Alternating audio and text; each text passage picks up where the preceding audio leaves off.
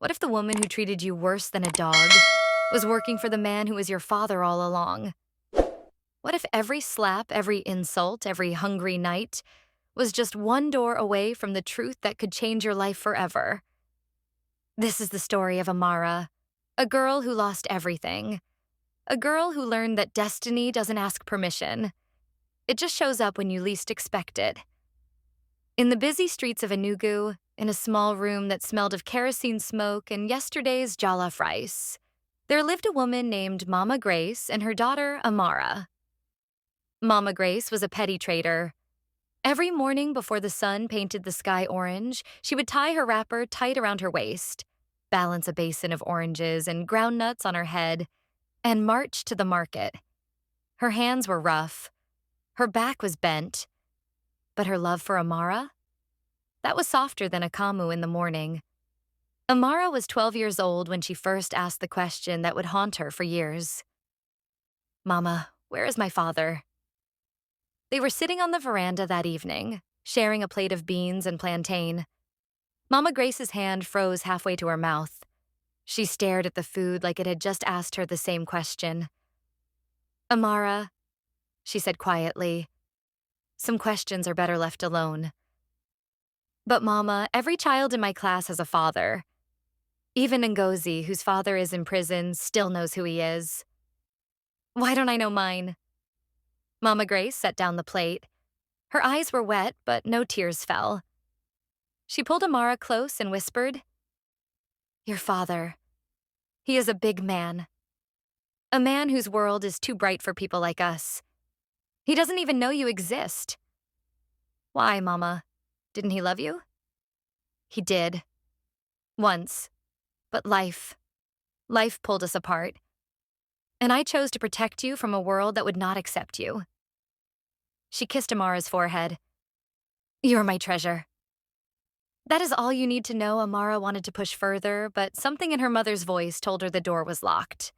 And so, she never asked again. Life continued. Amara grew into a bright, beautiful girl with eyes like her mother's, sharp cheekbones, and a smile that could make even the grumpiest market woman laugh. She helped her mother after school, sold oranges on weekends, and dreamed of becoming a nurse one day. But dreams, like glass, can shatter in an instant. It happened on a Thursday evening. Mama Grace complained of a headache. By Friday, she could not get out of bed. By Saturday, she was burning with fever, muttering words Amara could not understand. The neighbors said it was malaria. The herbalist said it was something spiritual. But by Sunday morning, Mama Grace was gone. Amara was 16 years old. And just like that, she became an orphan. The funeral was small. A few neighbors, a pastor who barely knew her mother. Amara stood by the grave in a black dress someone had borrowed for her, and she did not cry. Not because she wasn't sad, but because the pain was too deep for tears. After the burial, reality hit her like a thunderstorm. The landlord came knocking. The rent was overdue. Mama Grace's debts were many. The small room they called home was no longer hers. A neighbor, Mama Titi, pulled her aside one evening. Amara, I know a woman in Abuja. Madam Titi. She's looking for a house girl. She will pay you, give you food, and a place to sleep. It's better than the street. Amara had no choice. With nothing but a small bag of clothes and her mother's faded photograph, she boarded a bus to Abuja. As the bus rolled out of Enugu, she looked back one last time at the city that held every memory of her mother. And she whispered a prayer. Mama, if you can hear me, guide me. Madam Titi's house stood in the heart of Maitama, one of Abuja's wealthiest neighborhoods. It was a mansion painted cream and gold, with tall gates, security men, and a garden that looked like something out of a magazine. But beauty, Amara would soon learn, can hide ugliness. Madam Titi was a woman in her 50s, short and round, with skin bleached 3 shades lighter than her knuckles. She wore expensive wigs, heavy makeup, and spoke with an accent that tried too hard to sound foreign. She was married to a man who was hardly ever home, and she filled her emptiness with cruelty. On Amara's first day, Madam Titi looked her up and down like she was inspecting a piece of meat. "So you're the girl Mama Chidi sent?" "Hmm, you look too skinny. Can you even work?" "Yes, Ma. I can work hard," Amara said quietly. "You better.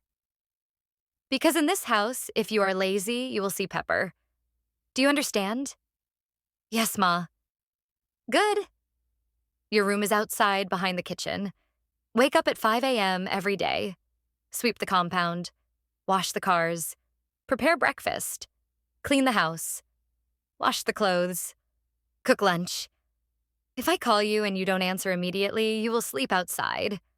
Are we clear?" Amara nodded, her throat tight. That night, in the small, hot room that smelled of old cement, Amara lay on a thin mat and cried for the first time since her mother's death. She cried until her chest ached. She cried until sleep finally came. The months that followed were the hardest of Amara's life. Madam Titi was not just harsh. She was wicked. If the food was too salty, she would slap Amara across the face.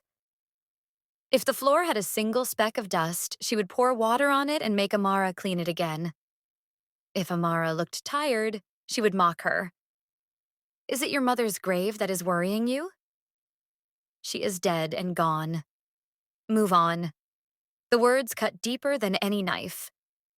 Amara was given leftovers to eat, often just Garian soup with no meat. She wore the same 2 dresses, washed them at night, and prayed they would dry by morning. She had no phone, no friends, no escape. The security men were loyal to Madam Titi, and going outside the gate without permission meant punishment. But Amara endured, because she had no choice. And because somewhere deep inside, she still had her mother's voice telling her, "You are my treasure." Then one day, something changed. It was a Saturday afternoon, and Madam Titi was hosting a party.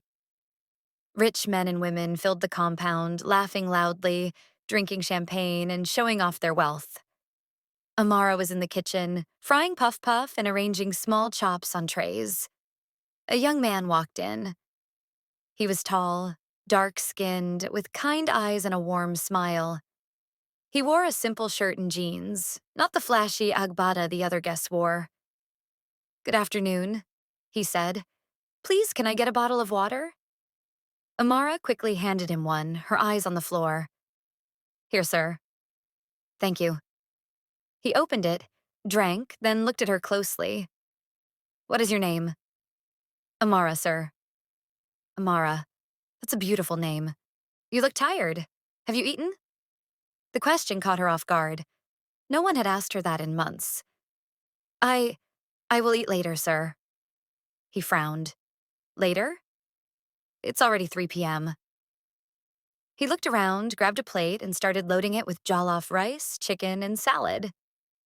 "Here, eat this.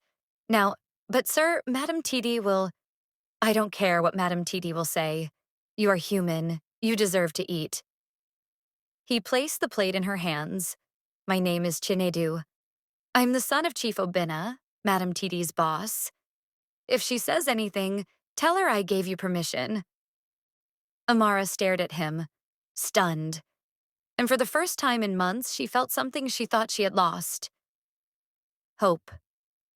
From that day, Chinedu began to visit the house more often. He would sneak into the kitchen, bring Amara bread, fruit, sometimes even money. "Why are you helping me?" she asked him one day. "Because I see you," he said simply. "I see how hard you work. I see how she treats you, and I know what it's like to feel invisible." They talked in stolen moments. Amara told him about her mother, about Enugu, about her dreams of becoming a nurse. Chinedu told her about his own struggles, how his father, Chief Obinna, was a powerful businessman but emotionally distant, How he felt like a disappointment because he wanted to be a teacher, not a tycoon. "You're not a disappointment," Amara said. "You have a good heart. That's worth more than money." Chinedu smiled. "You remind me that there's still good in this world, Amara. Don't let this place break you." But breaking her was exactly what Madam Titi was trying to do. One evening, everything came crashing down. Madam Titi discovered that Chinedu had been visiting Amara. She was furious. "You, this girl. You think you can seduce my boss's son? You think because he talks to you, you are now somebody?" "No, Ma, I didn't—" Slap. The sound echoed in the kitchen. Amara's cheek burned. "You are nothing. A nobody. A motherless rat. Pack your things and get out of my house." Amara stood there shaking, tears streaming down her face. But before she could move, a voice thundered from the doorway. "Enough." Everyone turned. It was Chief Obinna. He was a tall, broad-shouldered man in his 60s, with gray hair, sharp eyes, and a presence that commanded respect. He walked into the kitchen like a storm, his face dark with anger. "Madam Titi, what is going on here?" "Sir, this girl, she has been—" "I said, what is going on?" Chinedu stepped forward. "Father, Madam Titi has been abusing this girl. Starving her, beating her. I've been trying to help her." Chief Obinna's eyes moved to Amara. He studied her face. And then he froze. His expression changed. The anger melted into something else. Something like shock. What is your name?" he whispered. Amara, sir." Amara what?" "Amara Okafor, sir." Chief Obinna's hand began to tremble. Who is your mother?" "Grace Okafor, sir. She passed away last year." The room went silent. Chief Obinna staggered backward, gripping the doorframe. His face had gone pale. "Grace," he whispered. "Grace Okafor." Oh, God. Oh, God, no. "Father, what's wrong?" Chinedu asked, alarmed. Chief Obinna looked at Amara with tears in his eyes. "How old are you?" 17, sir." 17. He covered his face with his hands. "Grace, you never told me. You never told me Amara's heart was pounding." "Sir, I don't understand. Did you know my mother?" Chief Obinna dropped his hands. His voice cracked. "Know her? I loved her. 20 years ago, Grace and we were together. But I was young, stupid, ambitious. My family forced me to marry someone else, someone from a wealthy family. I left Grace. I thought she moved on. I didn't know. I didn't know she was pregnant." The words hung in the air like thunder. Amara felt the world tilt. You're my father?" Chief Obinna stepped forward, tears now streaming down his face. "Yes, God help me. Yes, you are my daughter." Amara collapsed to her knees. All the pain, all the suffering, all the questions. They all made sense now. Her mother's secrecy, her refusal to name the father. It was him. It was always him. Chief Obinna knelt beside her, his voice breaking. "I am so sorry. I am so, so sorry. I abandoned your mother. I abandoned you. And now you've been suffering under my own roof, and I didn't even know." "She never told you," Amara whispered. "She said you were a big man. That your world was too bright for us?" She was wrong. She was so wrong. He pulled her into his arms. "You are my child, my blood, and I will spend the rest of my life making this right." Madam Titi, pale and trembling, tried to slip away, but Chief Obinna's voice stopped her cold. "Madam Titi, you're fired. Pack your things and leave. If I ever hear that you've mistreated anyone again, I will make sure you never work in this city." She left without a word. In the weeks that followed, Amara's life transformed. Chief Obinna moved her into his mansion, gave her a beautiful room, enrolled her in a private school, and promised to pay for her university education. He introduced her to his family, his business partners, his world. But more than that, he gave her something she thought she had lost forever: a father. They spent hours talking. He told her stories about her mother, about how Grace had been the kindest, most beautiful woman he had ever known. He cried when he spoke about his regrets, and Amara cried too. But they also laughed. They also healed. Chinedu became her brother in every sense of the word.